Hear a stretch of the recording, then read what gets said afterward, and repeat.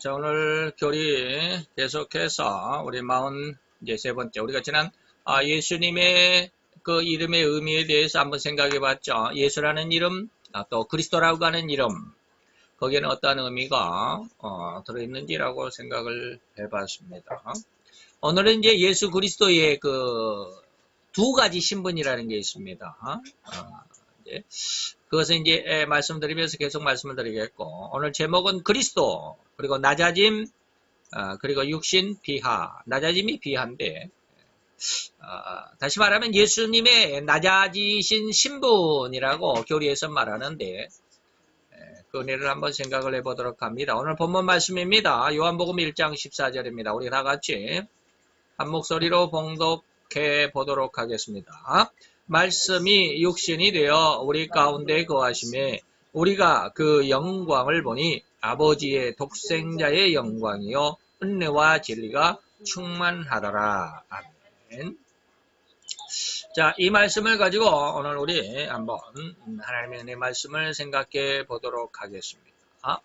자, 이제 우리는 교리 3권, 총 3권에서 2권째죠. 2권째에서 이제 17과인데 각 권이 약 10과 내지 11과로 되어 있습니다. 그러면 우리가 10과까지 1권, 그 다음에 12과에서 이제 2권에서 17과니까 거의 후반부에 접어들었죠. 후반부에 접어들면서 우리는 예수 그리스도의 그 신분, 우리가 지난 시간까지는 예수님의 이름에 대해서 알아봤는데 이제 신분에 대해서 한번 생각을 해보는 시간을 갖도록 하겠습니다. 자, 우리는 가끔 신분이라고 하는 것과 그리고 상태라고 하는 말을 상호 교체해가면서 사용을 하기도 합니다. 그러나 우리가 그리스도의 신분에 대해서 말할 때는 우리는 율법과 또 율법 앞에 서 있는 그리스도와의 관계를 설명한다라기보다는 특수한 의미에서 신분이라는 말을 사용합니다.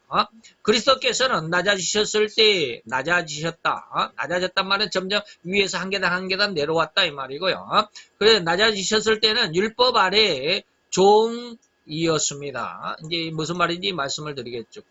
또 높아지셨을 때 예수님은 이제 한 계단 한 계단 더 높아지셨을 때는 율법을 초월한 주님의 모습을 나타내고 있습니다. 자연히 이 두 가지 신분, 높아지심과 낮아지심, 이런 신분은 생명의 상태와 조화를 이루면서 동반하게 되고 이들은 몇 가지 단계로 언급이 되는데 오늘은 예수님의 낮아지신 신분에 대해서 말씀을 드리도록 하겠습니다. 이제 다음 시간에는 높아지신 신분에 대해서 말씀을 드리겠죠. 자, 예수님이 낮아졌다라는 말이 무슨 말일까? 낮아지신 신분은 다시 말하면 그리스도께서 우주의 주권적인 통치자. 무슨 말인지 이해가 되시죠? 세상을 창조하시고 예수님께서 세상을 창조하셨다. 하나님 아버지께서 창조하셨다며 예수님이 창조하셨습니다. 다시 말하면 삼위일체, 삼위 하나님이 한꺼번에 창조하셨습니다. 그래서 요한복음 1장에 태초에 하나님이 계셨는데 그 하나님이 성부 하나님과 함께 있었다. 성부 하나님이 세상을 창조하실 때 말씀이신 예수님이 그 창조사에게 함께 했는데 예수님의 이 말씀에 의하지 아니하고는 다시 말해 예수님에 의하지 아니하고는 세상에 나타난 것이 없다. 존재한 것이 없다. 하나님의 말씀에 예수님의 말씀에서 다 존재했다. 그래서 예수님이 창조주가 되신다라는 것이죠. 그리고 세상 끝날까지 예수님은 세상을 이제 통치를 하시는데 앞으로 지금은 예수님께서 하늘에 하나님의 우편 보좌에서 우리를 위해서 기도하시는 중보자로 제사장으로서의 사역을 감당하고 계시지만 이제 재림하셨을 때는 만왕의 왕으로서 세상을 심판하시고 모든 세상을 하나님의 아버지께로 돌려드려요. 천년 동안 예수님이 재림하시면 천년 동안 세상에는 왕국, 천년 왕국이 이루어지게 될 것입니다. 천년 왕국, 천년이 지나고 난 다음에는 우리가 이제 육신으로 살아있는 사람, 이미 죽어있는 사람도 다시 육신으로 부활을 하죠. 이미 하늘나라에서 육신 그 부활을 해 있는 성도들도 있지만 그것은 그 영화체로서 세상에 오셔서 살아가게 될 겁니다. 그래서 천년왕국 때는 아마 글쎄요 육신으로 살아있는 사람은 다 육신이 변화해 이 육신은 그대로 죽을 수 있는 몸이 아니라 죽지 않는 몸으로 변화를 합니다. 살아있는, 예수님이 재림할 당시까지 살아있는 사람이 있을까요? 없을까요? 있습니다. 있습니다.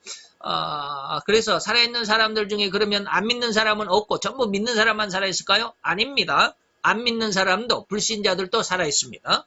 그러면 그 살아있는 사람은 예수님을 믿는 성도이건 예수님을 안 믿는 불신자이건 간에 다 천국에 들어갑니다.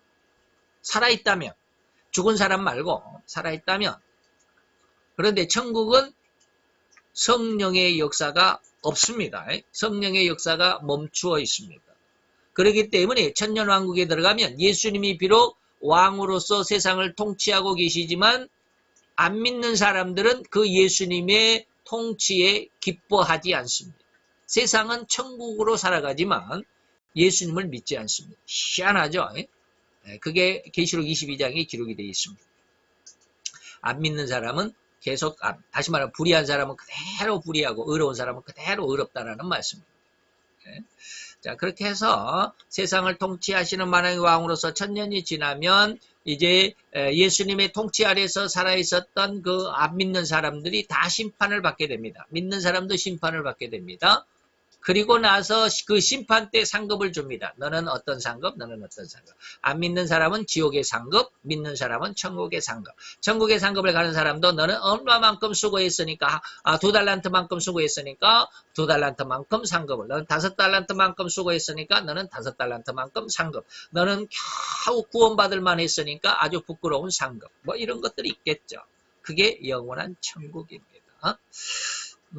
자, 이것이 바로 예수님이 세상을 주관하시는 주권자로서 이 말이에요. 주권자로서 예수님이셨는데 그 주권적인 통치자였던 예수님께서 자신의 모든 신적인 그 위엄, 세상을 창조했답니다. 세상을 통치하시는 주관자이십니다. 세상을 심판하시는 심판주입니다. 라고 하는 만왕의 왕으로서의 어떤 권위가 있습니다. 이 모든 신적인 위엄을 어떻게 했다? 버렸다.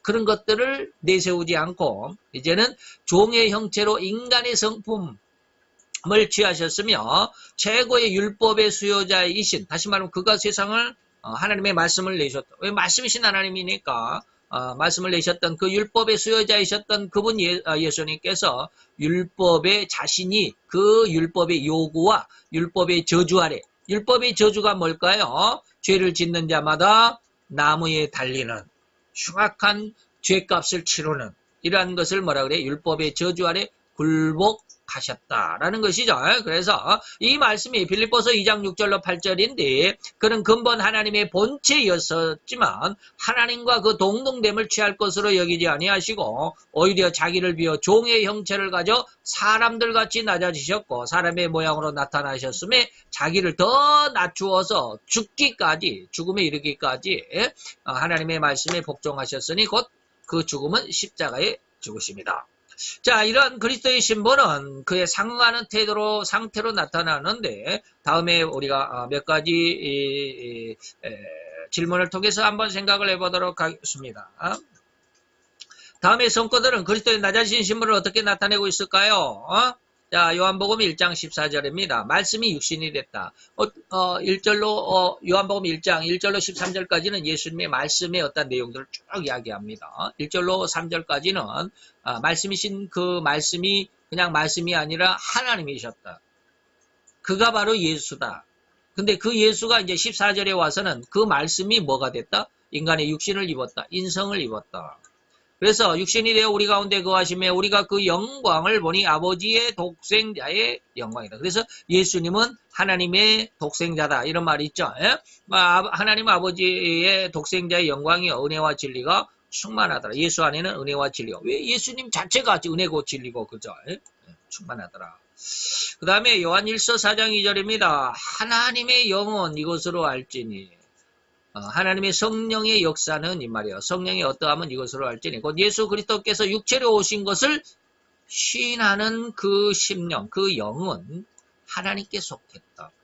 예수가 육신으로 왔다라고 하는 것, 하나님이 육신이 됐다라고 하는 것, 말씀 하나님이 육신이 됐다라고 하는 것, 예수가 육신으로 세상에 오셨다라고 하는 것을 믿는 자는 영적인 자다. 그가 바로 하나님의 아들이고 진정한 성도고 신자다 이 말입니다. 요한복음 1장 4절입니다. 4장 요한 1서 4장 2절입니다. 로마서 봅니다. 8장 3절에 율법이 육신으로 말미암아 연약하여 할 수 없는 그것을 하나님은 아신다. 우리는 인간의 육신은 율법의 요구를 전혀 이루지 못합니다. 너무 약하죠. 나는 화를 안 내려고 그래. 성경은 화를 내지 말라고 그러죠. 예? 화내는 것은 하나님의 의를 이루지 못한다. 그러니까 화를 내지 말라 그러는데 우리는 너무 화를 내잖아요. 예? 저도 아까 오전에 말씀을 드렸죠. 30년 동안 욕을 한번 해본 적이 없어요. 근데 지난번 한번 그냥 막 욕이 나올 정도로 너무 화가 났다 그랬잖아요. 사무실에서. 인간은 어쩔 수 없어요. 율법을 지킬 수가 없다 이 말이에요. 그래서 요즘에는 깨가 나가지고 지난번에 뭐 개그 프로 핸드폰에 올라온 거 짤방이라 그러죠. 조금씩 이렇게 잘라서 나온 것 중에 그 양세찬이하고 누굽니까? 키 건장한 그 여자 누구지? 그 이쁘장한 그 여자 있잖아요. 양세찬이하고 둘이 그 데이트하는 그런 코미디 있잖아요. 거기서 그러더라고요. 자기 이제 여자가 뭔도연? 장도연 그 키 건장한 그 여자 개그맨 있잖아요. 이제 걔가 뭡니까 이게 소개팅 상대로 이제 누군가를 양세찬이라고 하는 사람을 이제 이름만 듣고 이제 소개팅하러 막 전화하고 나갔는데 상대가 딱 나온 거 보니까 양세찬이야. 그러니까는 하는 말이 씨발. 그래서 그러니까 욕하는 무슨 말씀이에요? 그러니까 옆에 있는 개 있잖아요. 스키 끄는 개를 뭐라 그래? 시바견이라고 그러잖아요. 그 개 종이 시바종이에요. 시바견. 그래서 예, 시바견. 그래서 요즘에 그걸 보고 저도 요즘에 가끔 가다가 기분 나빠. 시바 새끼.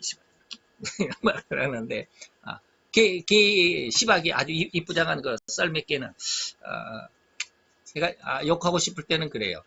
요즘에는 좀 그러는데 자 어디간 인간은 육신으로서는 율법을 이룰 수가 없어요. 어떻게 이웃을 원수를 내 몸과 같이 사랑할 수 있습니까? 못해요.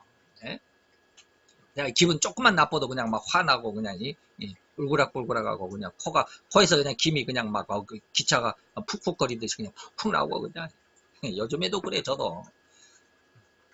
그래서 육신은 절대로 율법을 지킬 수가 없어요. 왜? 너무 약하기 때문에. 왜? 죄에 너무 약하기 때문에. 죄로만 살아간다 이 말이에요. 죄로 살아가는 게 뭐예요? 화가 나면 그냥 막 화를 내는 거예요. 기분 나쁘면 그냥 막 감정을 폭발시키는 거예요. 기분 나쁘면 막 욕을 하는 거예요.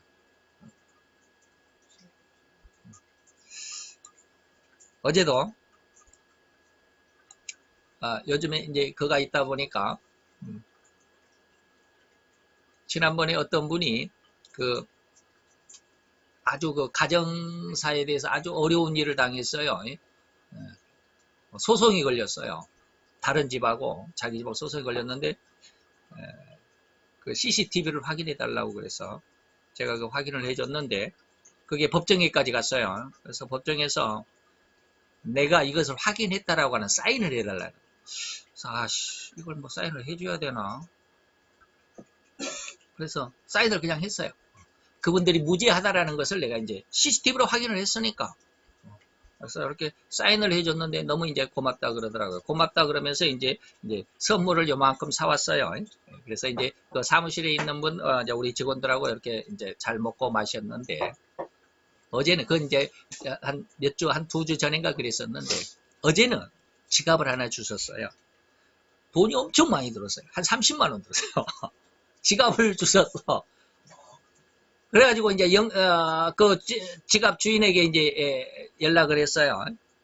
지갑 주인이 이제 오전에 아침 출근하면서 그것을 이제 신고를 받아가지고 했는데 저녁에 왔더라고요. 30만 원이 넘는 그 현금이 30만 원이야. 현금이 30만 원이 넘는 지갑을 찾아가면서 뭘 감사했을까요? 감사의 표시로 뭘 했을까요? 딱 한 가지야. 감사합니다 하고 그냥 가더라고. 그러니까 우리 팀장이 저한테 그러면 지갑 찾아가셨나요? 하루 종일 팀장님 왔다 갔다 하면서 저한테 찾아가셨나요? 연락을 했는데 왜 안 오죠? 많은 걸 갖고 오느라고 감사의 표시하느라고 늦게 오나 봐. 그랬는데 저녁에는 팀장이 오셔가지고, 지갑 가져가셨나요? 네, 가져갔는데요? 근데 뭐 안 갖고 왔어? 아니, 저기, 음료수라도 여기 한 박스 10개들이, 뭐, 비타민이라도, 바카스라도 한 박스 갖다 주지. 그냥 갔다고. 그러더라고요. 육신은 그래요. 뭔가를 그렇게, 3만원도 아니고 30만원이면 상당히 큰 돈이잖아요. 그랬는데 그냥, 감사합니다 하고 말 한마디 하고 그냥 하니까, 저도 조금, 그렇구나, 그런 생각을 했어요. 그래서, 육신은 어쩔 수 없이 그런 거 해요. 예. 그죠? 근데, 하나님의 성령 그렇지 않아요. 저도 가끔가다 하나님 앞에 엄청난 액수를 하나님 앞에 기도합니다. 하나님 이거 하라고 그러셨는데, 이거 하려면 이 정도는 필요하지 않겠습니까? 하나님이 직접 그 일을 하라고 한 것이 아니라 그런 어떤 은혜 가운데서 내가 이 일을 하려면 이런 게 적합하겠습니다라고 해서 제가 기도하고 있는데, 근데 가끔 가다가 그 어마어마한 돈이 있다 할지라도 그건 하나님 앞에 보면 너무 작은 거잖아요. 그만한 돈이면 우리나라 안에서는 아주 우리나라 안에 있는 전체 우리 온 국민, 우리 대한민국 국민이 가지고 있는 돈의 눈꽃만큼도 안 돼요. 제가 바라는 그 액수는 눈꽃만큼도 안 돼요. 보이지도 않아. 우리나라에 얼마가 있을까? 몰라요, 저는 얼마가 있는지. 그러지만 제가 바라는 그 액수는 너무 눈꽃만큼도 안 돼. 아니, 먼지털 한 알갱이, 눈에 보이지 않는 먼지 한 알갱이만도 못할 정도의 액수예요. 그렇다고 한다면 전 세계적으로 이 지구상에 있는 모든 돈을 다 합해서 본다면 거기에서 또한 내가 요구하는, 하나님 앞에 요구하는 돈의 액수는 뭐예요? 더 작겠죠. 이건 상상할 수도 없을 만큼 작아요.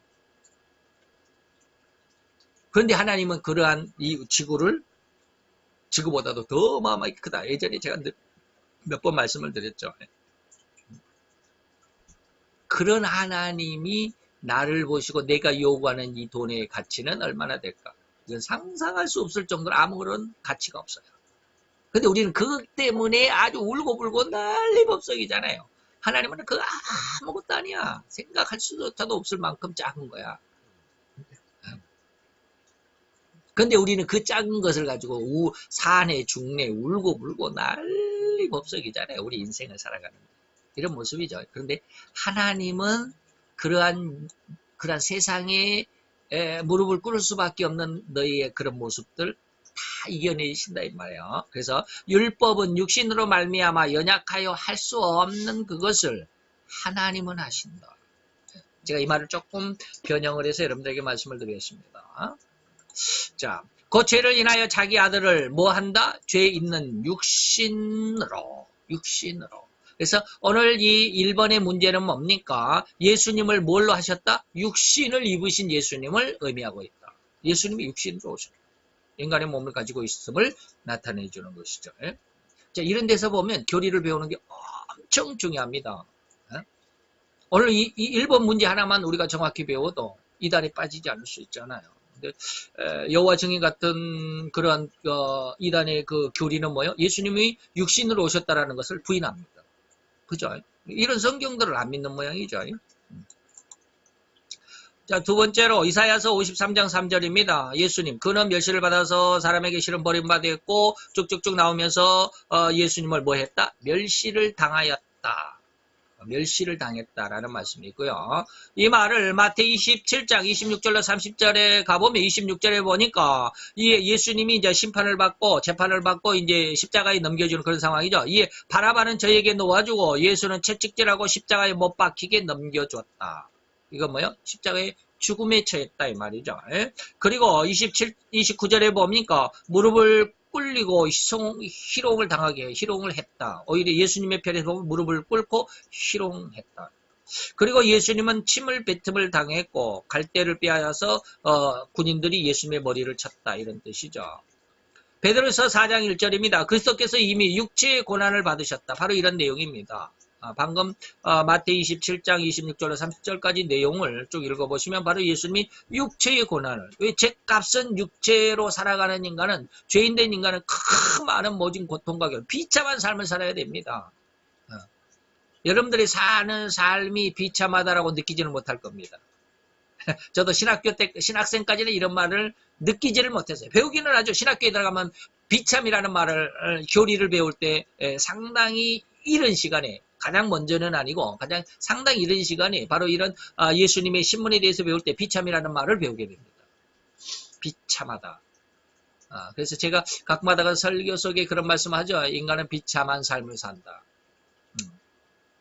근데 그 비참이 뭐예요? 죄 때문에 이 말이에요. 죄를 지은 인간들은 그 비참한 삶을 결코 벗어날 수가 없습니다. 그런데 그것을 예수님이 대신 당했다. 육체로 고난을 받았다. 이런 뜻입니다. 그래서 저는 이제 이런 내용들을 가지고 우리 인간이 죄값을 예수님이 담당하기 위해서 육체로 고난을 당하셨다. 육체로 예수님은 침뱉음을 당하고 무릎을 꿇리고 희롱을 받고 십자가에 죽게 넘겨주고 그리고 우리를 위해 대신해서 멸시를 당하고 침뱉음을 당하고 이런 내용이죠.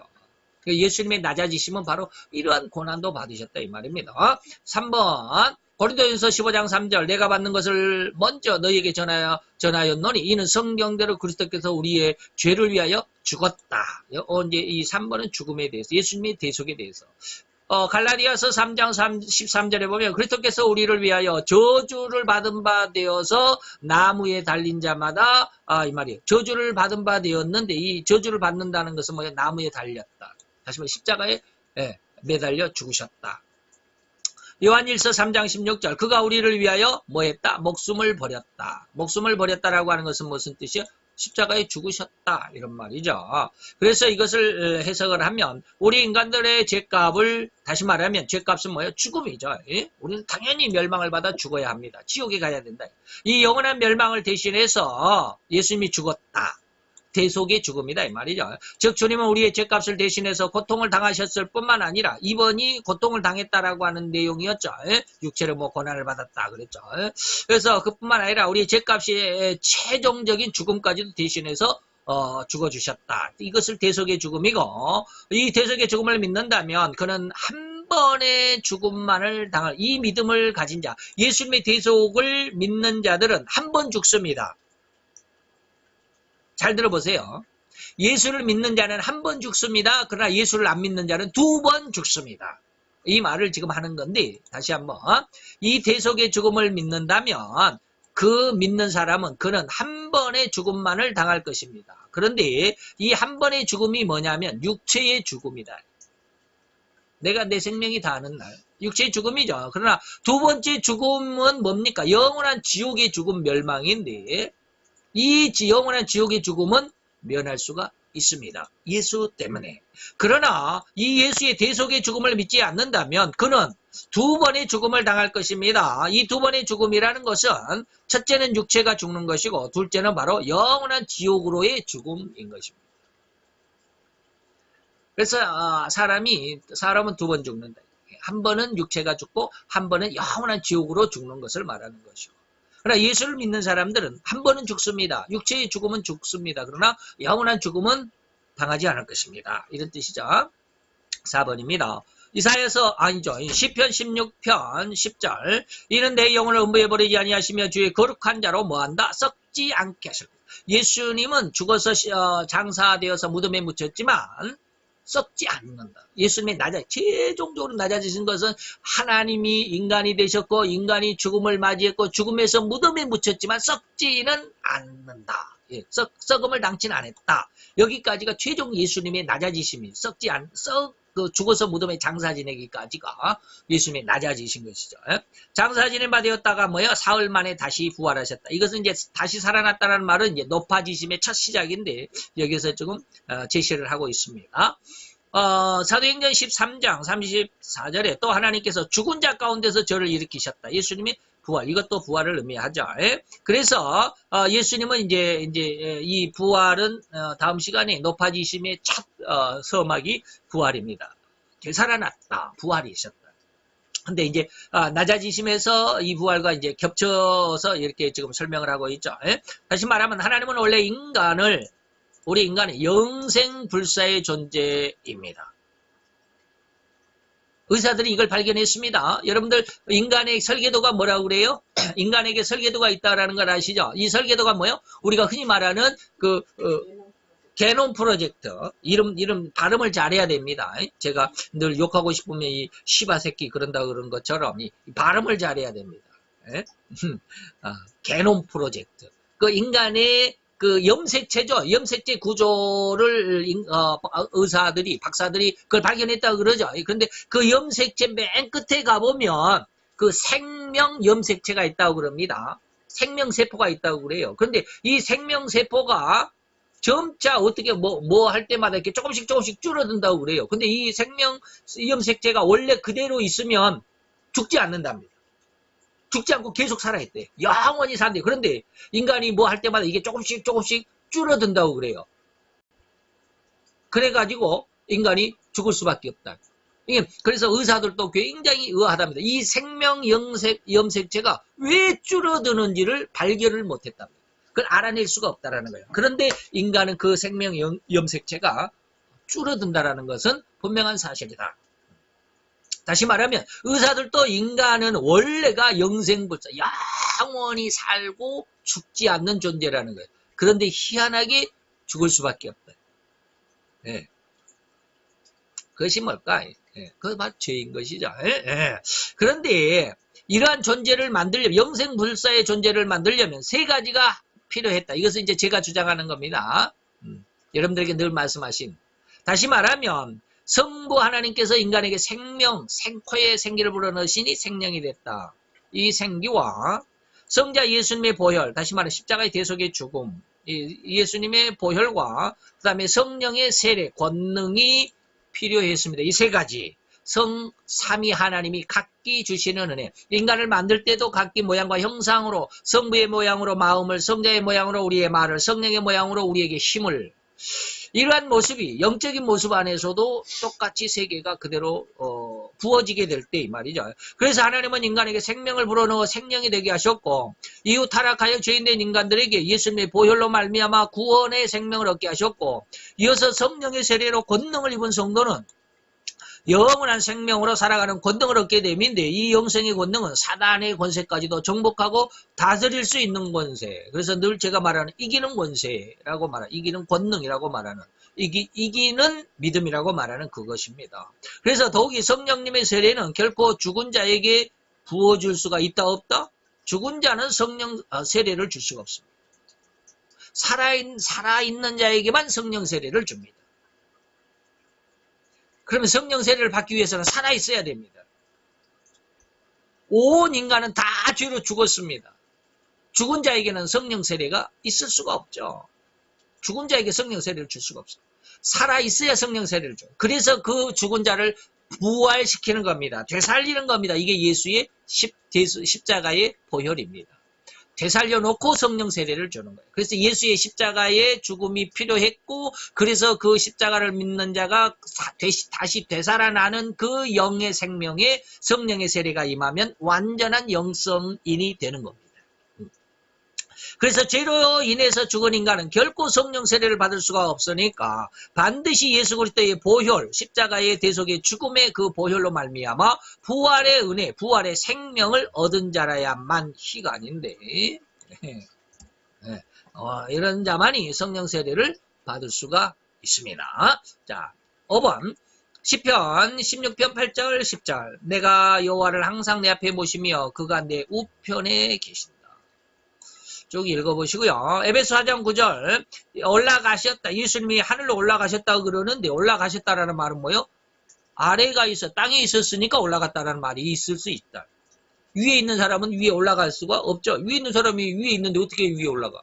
그냥 그 자리에 있다라고 그랬죠. 그래서 예수님께서 하늘로 올라갔다라는 말은, 승천했다는 말은 아래가 있었다라는 의미예요. 아래가 있었다라는 말의 의미는 예수님이 세상에 오셨다라는 것이고, 세상에 오셔서 다시 더 낮아지셨다라고 하는 그런 내용까지 쭉 포함되어 있다. 그런 말이죠. 다시 말하면 예수님의 부활과 승천, 그 승천하심으로 하나님의 우편 보좌에 앉아 계시는 예수님의 모습.